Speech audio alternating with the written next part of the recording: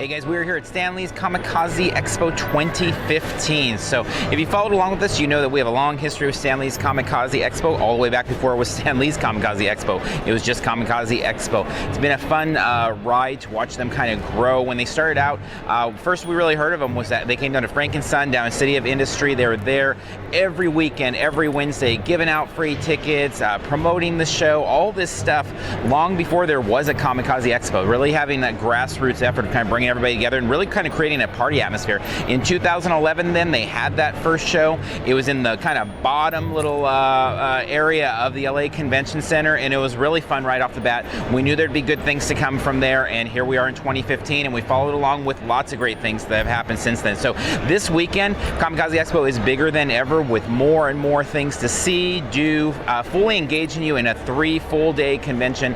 Lots of fun, always economical, great prices. They do a bunch of different kind of price cuts throughout the year as well, but either way, it's just a really good value, even if you show up on the weekend of and buy tickets, which obviously is going to be the most expensive way to attend the show. So we're going to take you around today. We're going to look at the show, a little bit how it's changed. Also, they're using the West Hall and the South Hall this year, so it's spread much wider. As we're recording this intro here, we're on Friday. Things are just starting to open here in the South Hall. We're going to make our way to the more crowded West Hall, and then we'll come back here also on Saturday to show you as kind of the celebrities come in here. Huge comic lineup this year with Grant Morrison, Jim Lee, ton of others. Obviously Stan Lee, Elvira back again. You've got Carrie Fisher, Danielle Panabaker, and all sorts of other stars as well. So we're going to kind of try and give you a feel for this convention, show you what it's all about, and tell you why Stanley's Comikaze Expo is one that should be a must-hit for you every convention year. All right, so we are here in the West Hall of Comikaze, and so they've extended now to have 2 halls. We've got the South Hall, we've got the West Hall. The South Hall being a little bit more focused on the autographs, the Hot Topic mainstays. Here in the West Hall, though, it's all about the vendors. We've got a huge artist alley over here. We also have the Stan Lee and the Elvira Museum. We'll make our way through those and show you some of the fun stuff there. Some big booths like Funimation, Pixar's got Good Dinosaur here. So we're going to take you around, give you a feel for what this floor is about, and then we'll come back and kind of move over to the South Hall.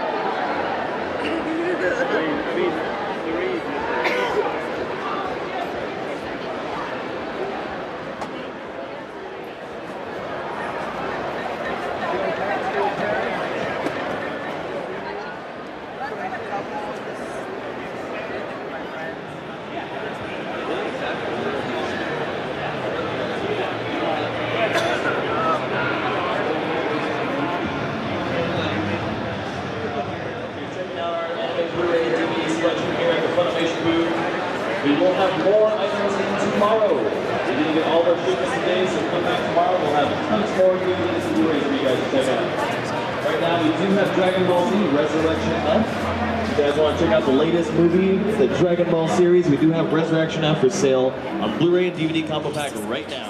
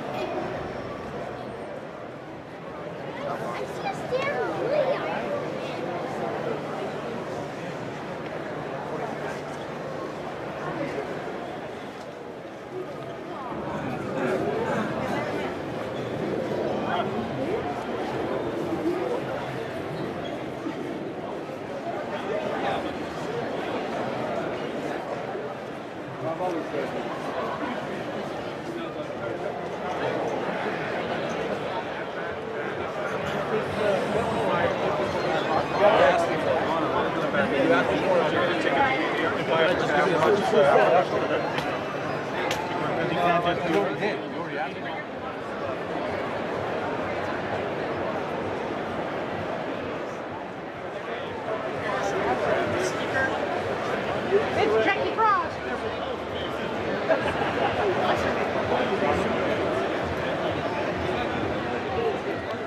Like on eBay, maybe like 8 to 9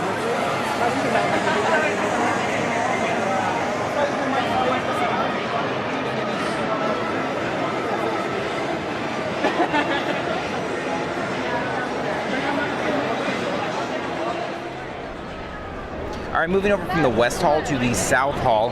This is where they've got the Hot Topic main stage this year. So that takes up a bunch of room. It allows everybody to check out the panels. Really nice. We've talked about in the past with Comikaze.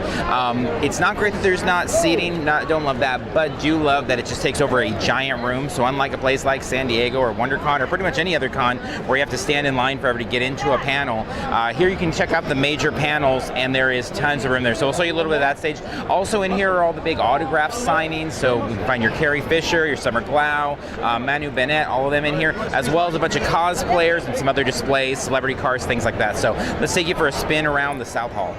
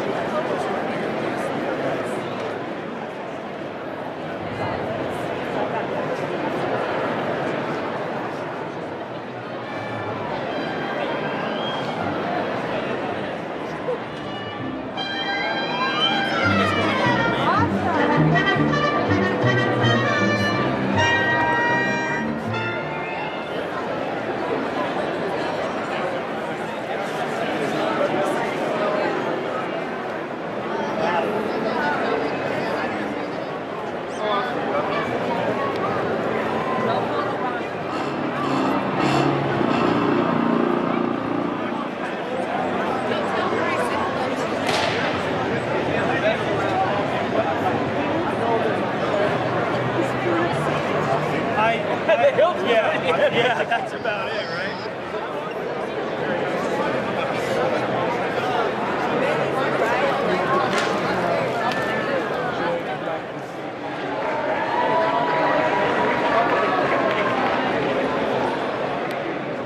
Question not if you might everybody.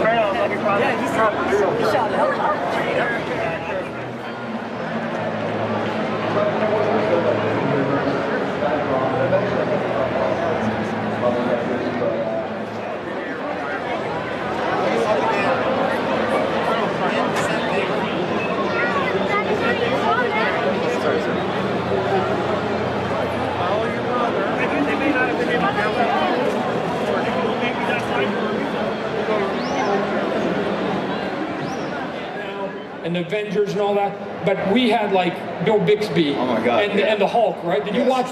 Yes. Who's old enough to have said they watched the Hulk and Bill Bixby? Look at that! Right. Yes, we like it. We like it. We were so desperate for superhero content. We would sit through an hour of I don't know what was going on in the episode, just to see that 30 seconds of him turning into the Hulk, like, and it was the same video shot, Right, like, so over and over. So let's explain it. For some of you youngsters out there. There was nothing out there, it was a desert. For some of you youngsters, the way that the special effects used to work for that show was they had Bill Bixby, who was an actor, normal actor, 5'10", 170 pounds.